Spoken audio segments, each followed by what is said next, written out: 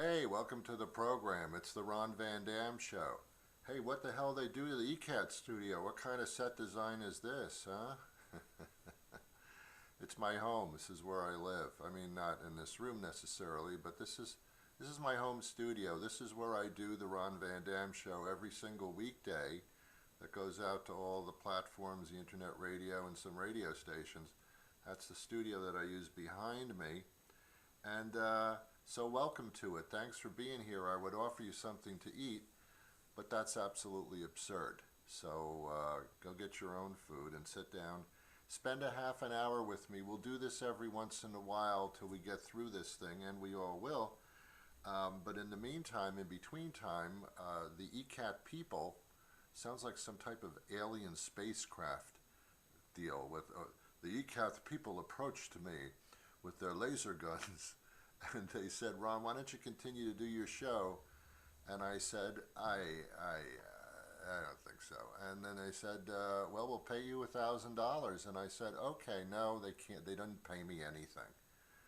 I thought, this is my civic duty. If this is civic duty-ish as I get, duty-ish, then there you go. Okay, I'm not going to talk about what I call the thing. We're not talking about the thing. You need an escape from the thing. No numbers, no restrict. Just we're not going to talk about the thing on this program. We're just going to have a good time, and that's that. And you start enjoying the place that you live. Get things done that you never got done before, because when this is over, you're going to get out of the house. So do what you need to do. Clean the house. Go crazy. Personally, I don't mind this stay away from people. Don't let them come closer than 6 feet. To me, this is like everything that I've wanted through my entire life is for people to be at least 6 feet away from me, which is actually a lot shorter than your typical restraining order. So, I'm saying, I'm trying to find the good in everything. Anyway, that'll be enough of that. That's something that I said a lot as a father to my children. I don't like children. It's a phase of life you have to go through. It's not something that I enjoy seeing. Uh, I love my kids. Everybody else's kids, not so much. Not so much. I remember saying to my kids, which every father says to his kids, that'll be enough. Okay, that'll be enough. That'll be enough. And that's how you keep them quiet. And they never listen to you. They never listen to you. I wish I could do that in real life with adults. Guy comes up to Ron, how you been? How's every? Okay, that'll be enough. Okay, that'll be enough. Thank you very much. That'll be enough. But you can't do that because they're adults and it's a different set of rules. But with kids, okay, that'll be enough, and I mean it.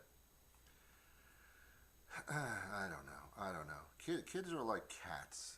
They, they, they know you're talking to them, but they really don't care. You can say anything you want to them, and a kid will basically just not even hear you.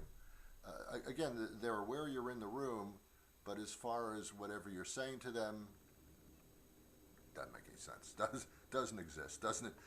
You basically didn't say anything. Is the way that ends up. It's horrible. It's horrible.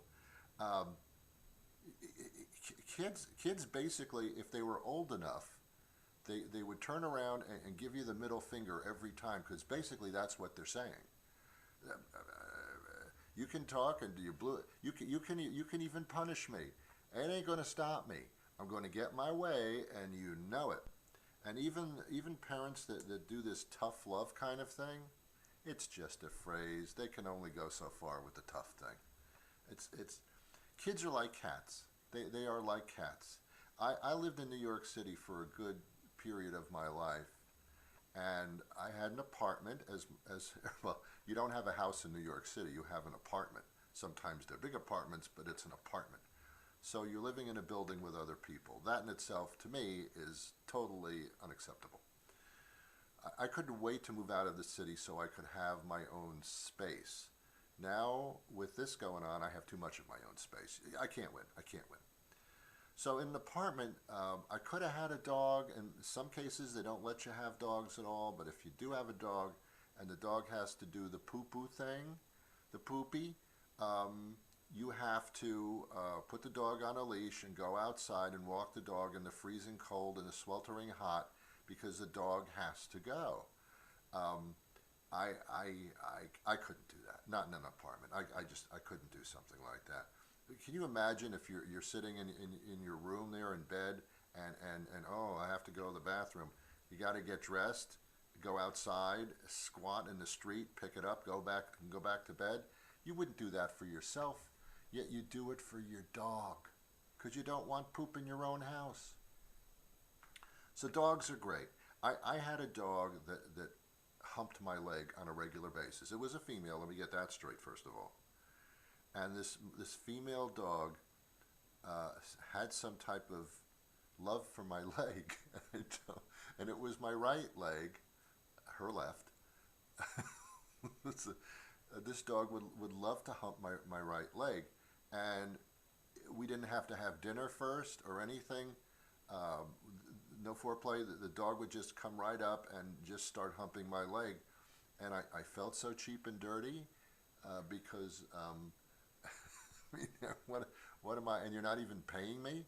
I mean, what am I, like am I a hooker for you? This dog would just prop itself up and start humping my leg, and afterwards my dog would smoke a cigarette. It was perverted. It was just perverted. At a point, my dog stopped humping my leg, and I don't know why, but I guess it was a certain age that a dog reaches, stopped humping my leg. And I remember saying to myself, oh, what, now I'm not good enough? It's put me through a myriad of different emotional problems. So I had a cat. I had a few cats, as a matter of fact, because I love animals and I need something to sit in my lap. People won't do that. I've been with people before. You know, they'll have fun with you at their whim, but they refuse to sit in your lap. They try to keep away from the groin area as much as possible, unless it's to their satisfaction. But my cat used to just rub up against me and love to sit in my lap, and I thought, well, this is real love that I can't get from a human being. And they're soft. People aren't soft. There's no. I mean, mentally they are, but they are not soft. You don't cuddle up with your significant other and say to them, "You're very soft." It's you just don't do that. They are not soft. And as far as I'm concerned, if I were soft, that would not work out. That would not work out. Ron, you're soft. Oh, I'm sorry. I'm sorry. I'm really sorry. So anyway, kids should not be watching this, by the way. I don't have to do this. I'm just warning you. I don't have to do this. Okay. So my cat was very nice, and I love my cat. My cat loved me, but here was a problem with the cat. My cat would want my love, and would lie on its back. And for a cat to lie on its back, that's really very trusting for a cat to do. And the cat would want me to rub her belly, and I did because she wanted me to do that. And I am a slave to animals. We all are slaves to animals. We think we're the owners. No, we're not the owners. We're the slaves to our. Who else? What else would you follow around this little living thing with a bag to pick up their excrement? Nobody else would you do that for. Who's running who? Come on. Men are in a terrible position.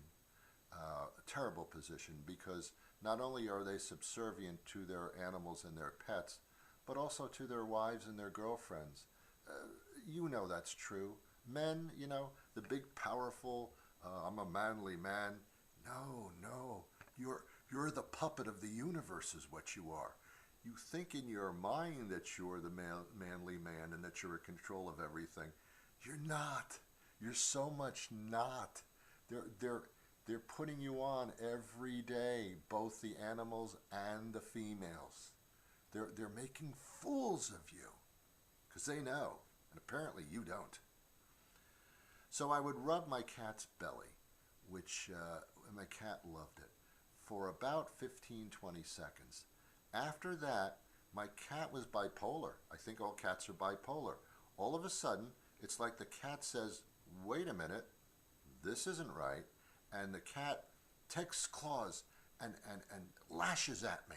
Like, hey, hey, hey, what are you doing? That is so bipolar. It's like, oh, touch me, don't you touch me. Touch me, touch me.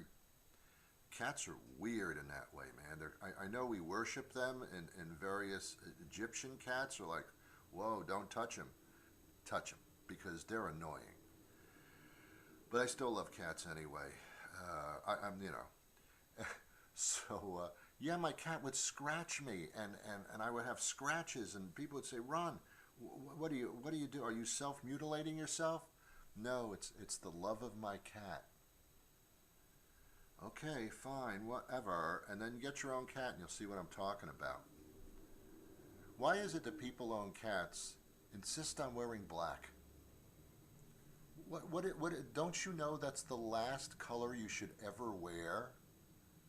Every piece of fur on your animal, your pet, is going to show on your clothes. It's bad enough you smell like urine. You got to make it worse by wearing black? Seriously, keep away from that. I think cat people are sullen people, so they tend to want to wear black, but it's a bad display of clothing for you. You can tell a cat person from a mile away, or at least 6 feet. They're very, very different. They're solitary people who love animals. Dog lovers are usually people that love animals and other people. I don't know how I'm a dog lover because I only fit one of those categories there. I know a lot of people, a lot of family members who have cats, and their cats are wonderful, wonderful. Again, if something is in your family, then it's wonderful and loving. If something is not in your family, it's the most annoying thing you've ever been through. I remember when I had my kids, when they were just babies, they were the most adorable little things I'd ever seen on the planet. And every parent thinks that their baby is the most beautiful, well-formed, wonderful baby ever, ever. And that only goes on like for a couple of weeks before they start crying through the night. But they're still a loving, wonderful, because they're yours. You created them. Did you ever see somebody else's baby? You can't wait to get the hell out of there. And you fawn over them. It's a theatrical act. Sometimes you even believe it yourself. But don't fall for it. Other babies are annoying. They're not yours. Why would you care? It's a phase you have to go through. Do you understand that? It's like an alcoholic having to go to rehab. You just have to go through it to get to the other side. It's the same with babies. I guess on today's show I'm comparing babies and people. And I know some adults who act like babies. One of them's even a president. And I know some babies that actually act like adults. That's very strange to me too, when there's like a 4 or 5-year-old kid. And the kid talks like he or she is like 30 years old. I mean, I've heard of old souls, but this is ridiculous. It's actually scary. You actually wonder if that 3 or 4-year-old child who is speaking so well and so in such a sophisticated manner, you wonder if they're from the same planet. And often they're not. Often they're not. They're implants from another galaxy.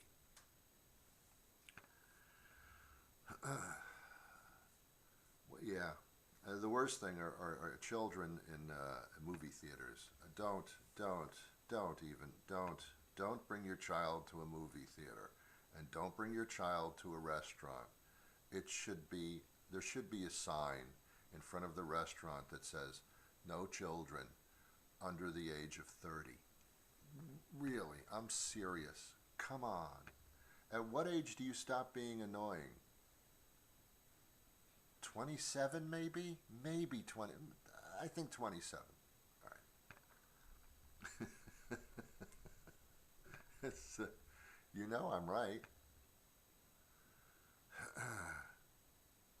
Went to, well, I know that you're supposed to do takeout from restaurants to help support them, but I can't see what they're doing. I used to be paranoid when I used to go to restaurants. I went to a restaurant locally here, and I won't mention the name of the restaurant because that wouldn't be smart on my part. But I went to a restaurant, and I was there with my friend who is an attorney, and that's not why I'm friends with him. Not just because he's an attorney. So we're having it's a couple, he and his wife, me and my wife, and we're sitting there, we're having dinner, and we order the food, and my food comes over, they put in front of me, and it's actually like the chicken's almost raw, and I figure this is a restaurant, they shouldn't be serving raw chicken on it. I certainly can't eat this. So I called the waiter over with my hands. I don't know if they like that or not. I don't think they like to be beckoned like I'm the King of England and I'm calling one of my jesters over before I behead them. I don't know if they like that. But if you want a tip, you got to go through it. You do. So the guy comes over and I said that the chicken is not fully cooked. And he looks at me and he says, I apologize. I will bring it back to the chef. And the attorney I'm sitting with, he says to me, Ron, I got to tell you something. I used to work in a kitchen, and I'm not saying you shouldn't have returned that chicken because you definitely can't eat chicken that's not cooked. That's dangerous. But I got to tell you something, man. In many kitchens, if you complain about their food, they won't just reheat it or finish cooking it. They'll put a little special sauce on it, if you know what I mean. I said, special sauce? He said, yeah, it usually comes in the form of saliva. I said, oh my God, you telling me that they could spit on the... Can you see them not do it? Some of these chefs get pretty testy. And then I thought, oh my God.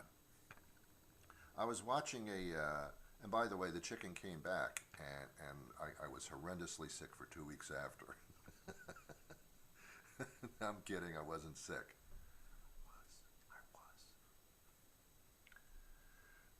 I remember watching cooking.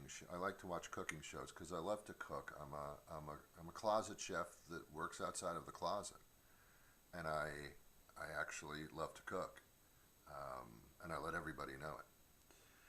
I love to cook, especially these days where it actually takes time. It takes time. It can be creative. It's pretty cool in that sense. So I love to cook, and so I watch a lot of cooking shows, Food Network, the Cooking Channel, things like that. And they had this one series where the chef is saying to the camera, and they're making the dishes right in front of you in the back of the restaurant, in the restaurant kitchen. And the chef has got saute pans, and there's like 10 burners on the stove and sauteing things. It's a Louisiana chef, it happens to be, but it doesn't really make any difference. And he's sauteing up the meat and the vegetables, and it looks really, really good, and putting, the stuff in it and the sauces. But he's starting. I've noticed this because it was a close-up shot, closer than I am to you here. A bead of sweat came down from his hairline and started going down the front of his face, and then to the tip of his nose. And I was fixated on that little drop of sweat. And it let go from his nose, and it did a free fall from the bridge of his nose into the saute pan, and probably died there. And I'm thinking, oh my God, is this what happens in restaurant kitchens? Do they sweat, and then the sweat like drops into the saute pan, into the food? Yes, it probably does. Some chefs wear like headbands. I thought that was just to be cool. It's to stop the sweat from rolling off their foreheads. So next time if I eat a dish at a restaurant and it's too salty, is it salt or is it this. This is the problem when you become paranoid.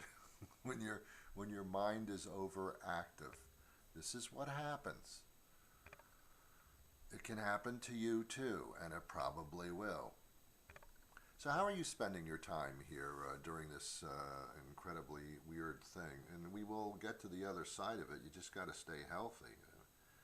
You know, if not, it's a lot harder. But you know, what are you doing? What are you doing? I take a walk every day around the block. I am so freaking bored of where I live now. I used to enjoy my neighborhood. I kind of still do. It's just that I know every little rock lying on the ground. I mean, it's just becoming crazy as far as that's concerned. I would love it if something happened in the street that would like something, maybe a shopping bag breaks and I don't know, something, you know, to anyway, my floors have never been cleaner. I'm cleaning my floors. My countertops are beautifully glistening and shiny because I do love to cook and I love to keep the kitchen clean. But I'm being very efficient all of a sudden. I actually took a paint can out yesterday, and I was going to paint the edges of, you know, the what do you call those things, the floor, not the floorboards, the edging on the bottom, you know, when the wall meets the floor. What the hell do you call that stuff? Molding. What a horrible name for that. Molding and mold. Ew. Ew. So I was going to paint it because it was, you know, getting a little discolored and it wasn't cleaning too well. So I was going to paint it, and I got the paint can out and the brushes, and I said, man, I'm going to paint the molding in this room. I never did it. But the point is, I got the paint can out. I've never done anything like that before. I've often said I'm going to do something, and then I never even get close to doing it. Now when I want to do something, I actually get the materials out and prepare them. You know I'm never going to paint the molding. I know it. You know it. Everybody knows it. But the point is, I got the materials out. I actually got the paint can out of the basement. Yeah, and I took a brush and put it on top of the paint can. For me, that's a win. I'm getting great enjoyment out of washing my floors, and I don't know why. I have hardwood floor, and I don't know what other kind of wood there is. It should be hard if you're going to be walking on the floors. I figure hardwood is enough to support me. So I got out a bucket and a mop, and one would say, Ron, for you, that's pretty much it. But I actually dipped the mop in the bucket and started washing the floors. And as I did it, I said to myself, who are you? Who did you find Jesus? Who are you? Ron, what are you doing? You're mopping the floors. Why? Because I felt like I wanted them clean, and it was something that I don't usually do. Okay, as if that was bad enough, I did something else that I tend to never, ever, ever do. I replaced my toothbrush. How did you do that? Oh, what you do is you have another toothbrush, you open up the package, you throw the old toothbrush out. Who knew? I didn't know you could do that. I thought you kept the same toothbrush until it turned completely a different color and the bristles fell off, similar to when I replaced my underwear. Men, no. If you go into the men's section in any store, when you're able to again, tell me if you find a man buying underpants or socks for himself. You won't. The only time you might is if the guy's single and he just doesn't have any clothes left. Men don't do the laundry, they just buy more of it. But socks and underpants? No. You have to find a female to do it for you. You will never find a man buying panties in a department store. You will never see it. If you do, some people may think of arresting him because that would seem pervert. The only reason he could be buying panties would be to try them on when he gets home. But you will never see that. A woman in the men's section of the department store buying underpants all the time, every day of the week, 24/7. You understand what I'm saying now? Correct. Correct. It's a phenomenon. Socks are the same thing. Socks are the same. I've been missing socks for a long time now. Whenever I do the laundry with socks, I always come up a few socks short. I can't mate them anymore. This sounds like I'm breeding. Yes, I mate socks. I find socks, I put them together, and they have children, and I sell them. Pedigree socks is what I call them. I mate them. That's what I do. I know it's disgusting, but socks do mate. It's so sad because when the laundry's done and I try to mate the socks and there's just one sock, I go back to the washing machine and to the dryer to see if they're stuck to anything or maybe got stuck to another article of clothing. But no, the sock is gone. The sock has left, and it's sad. I'm starting to cry here. It's very, very sad. This other sock is going to go through the rest of its life without its sock partner. And eventually we get so lazy, we just mate that sock with another sock that's not from the same family. And that is wrong, but we do it anyway because we feel so bad for that single sock. I went to the supermarket and I was getting a carton of milk, and on the side of the carton of milk was a picture of my lost sock. It's the only way to get the word out. Sad. It's very, very sad. So sad. That's why I tend not to do the laundry. I also don't do the laundry because I'm supposed to separate the whites from the colors. And I don't think that's right. Not in our point in time in history. I know that the colored can run into the whites and discolor the whites. This all sounds so wrong. When you talk about it in the sense of laundry, people go, yeah, definitely. But if you talk about it and it's not laundry, oh my God, there's something wrong with you. Catch up with the times. That's awful. All right, we're out of time. Okay, that'll be enough. Okay, kids, that'll be enough. that will be enough. That'll be enough. We'll do this again very, very soon. If you want to communicate with me and tell me if you think I should continue to do this or whether I should just like shut up, go to ronvandam.com, RONVANDAM. Actually, don't go there. You can listen to the show on a daily basis, a new show every weekday at ronvandam.com or newenglandbroadcasting.com. Give that a try. Write that down, newenglandbroadcasting.com or ronvandam.com, RONVANDAM.com, and listen. And we'll have company every single day here this way.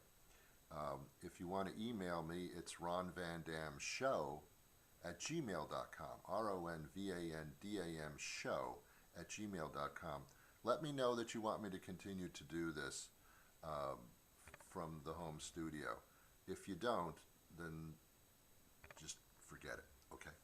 Have yourself a wonderful day. Make the best of everything, and until then, I wish you peace.